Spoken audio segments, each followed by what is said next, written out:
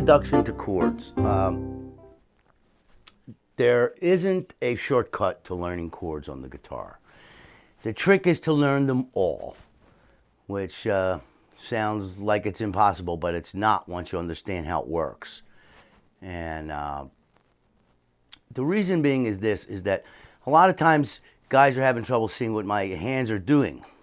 That's because you don't know the inversions. I play very simple inversions in everything so far on this website. Okay, I haven't done any strange, unusual voicings. Now, and everything afterwards that will follow, things like this, for example.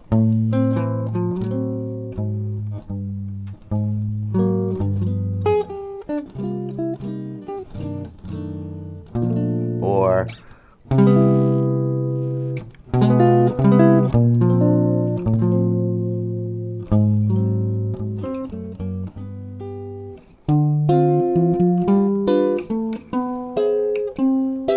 okay, all that is variations, and they're all derived from the basic shapes. Okay, there's no easy way to do it. It's just simple repetition. The other reason that you need to learn how to do it is oftentimes when I find that I try and teach somebody a chord melody and say, what's that chord? You know, like they'll have trouble like fingering the chord. Or I'll say, you know, no, play the B flat 7th here, you know, and okay, and then flat the 9 and make it a 13th. Okay, well, they don't know, you have to know this one first. Okay. And then I find, you know, people have problems switching from chord to chord, okay? Here's the exercise, okay? Now, the guitar is broken up. Now, I don't expect you to do this all at once, because we're going to break it into lessons, but just so you understand what's going to happen. You have this set of strings, which is the 6th string, the 4th string, the 3rd string, the 2nd string. It's the basic set of chords, okay?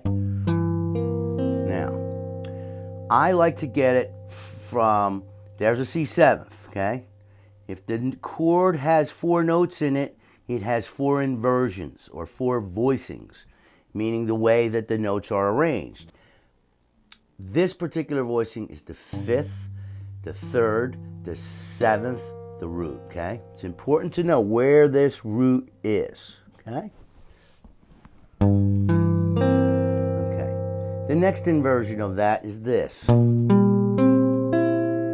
7th, the 5th, the root, the 3rd, the bar.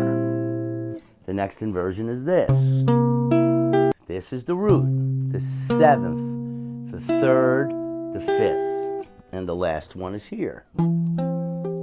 Another hard one to see. The 3rd, the root, the 5th, the 7th, okay? Now, they're all on string 6, 4, 3, 2. So when you practice this very first exercise, those are the only strings your fingers go on, okay? And I call that group A, okay? So, now, what happens is this, is that from this group, if this string is E, and this string is E, if I get whatever note is on the bottom and put it on the top, I have another group of strings. I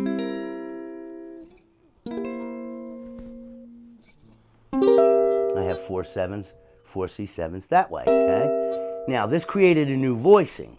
3, 7, 1, 5. 5, 1, 3, 7, okay? So all I did was take whatever on the low E, put it on the high, and I have a new voicing. Okay. Now, you notice that there's no string skipped in this. This is 4 strings, 4, 3, 2, 1. Okay?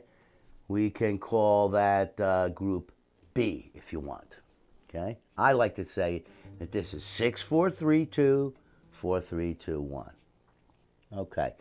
So, and now this voicing, since there's no string skipped, we can put these voicings in the middle. The 5th string, the 4th string, the 3rd string, and the second string. So 4, 3, 2, 1. This chord and this chord are exactly the same. Voicings are the same. Here we go.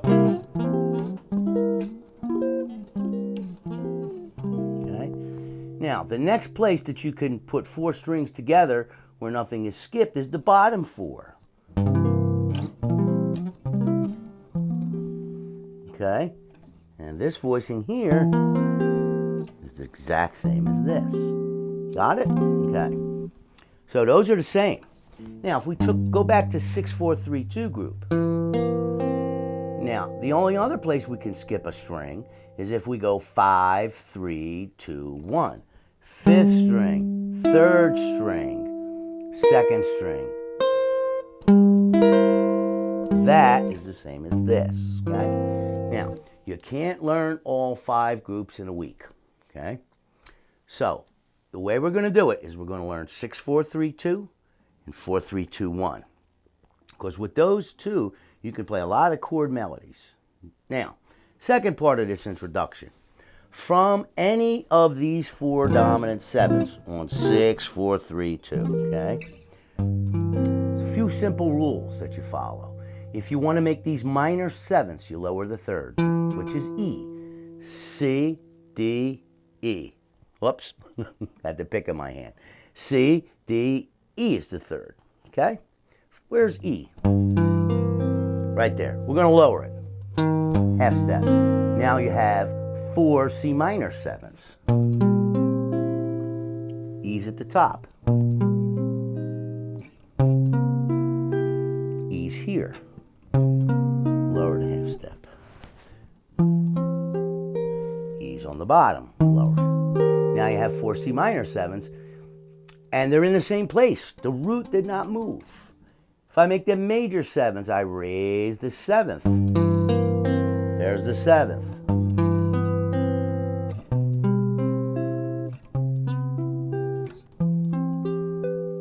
Okay? Now, you need to do these. Believe it or not, you do use this chord. A lot of times I get that really dumb question, why do I need to learn that?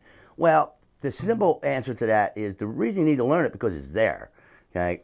And also, this exercise of doing this helps you to switch chords.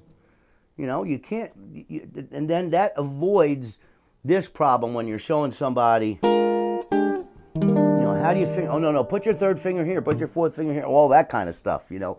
You never learn like that. It's hard. You know, this way, when you see a voicing, you already have practiced moving your fingers into that chord form, okay? You can't do 2 things at once. You can't learn the chord melody and then be struggling with your trying to stretch your fingers this way, that way, all that kind of stuff, okay? That's the dumb way, okay?